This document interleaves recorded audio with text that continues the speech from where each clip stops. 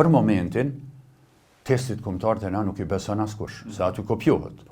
Edhe tash për shkak të ndodh ty një shkollë me cilësi shumë mediokre, të them ashtu, del më mirë se sa një shkollë tjetër që ka me të vërtetë cilësi se ata nxënës.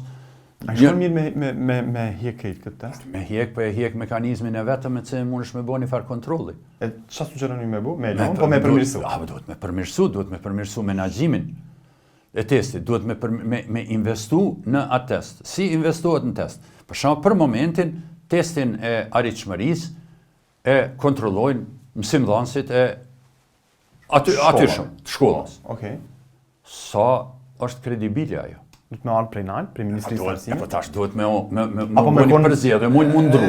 Ose e përbashkët? Po, i merr i vendosi që në prej Kamenicës, në Gjakov, për shembull, me zhvillu testin, e bën një farë sistemit përzirjes së nxënësve, që mos me qenë për shembull krejt fëmijët e një klase bashk në një dhomë, sepse aty ata kanë bashkëpunim mes vete, apo jo. Kjo ideja me bosh vendosje pikë Kamenicë, po më pëlqen. Për shembull e administratorëve. Nuk po them zhvendosjet nxënësve. Qartë. Po, të nxënësit, unë kur si kisha lënë nxënës të një klase me qenë në një dhomë, sepse ata e njohin njëri tjetrin, mund të lidhin marrëveshje paraprake. Apo jo, edhe këtu ishte dashur në këtë formë me përmirësu. Pastaj duhet përmirësohen vetë pyetjet në test.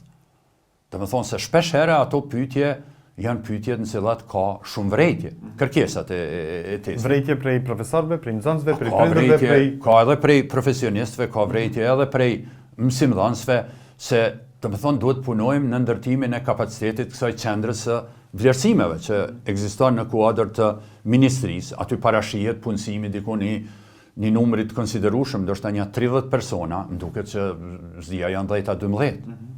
Domethënë është diçka ku shteti, domethënë niveli qendror duhet veproj. Edhe me këto veprime përmirësohet tjetër te inspektorati. Na kemi në legjislacion vlerësimet e jashtme të shkollave. Ekzistojnë standarde për vlerësimet jashtme. Unë se besoj më shumë se 10 shkolla që janë vlerësuar në Kosovë deri tash. Edhe ato vlerësime nuk di që janë publike.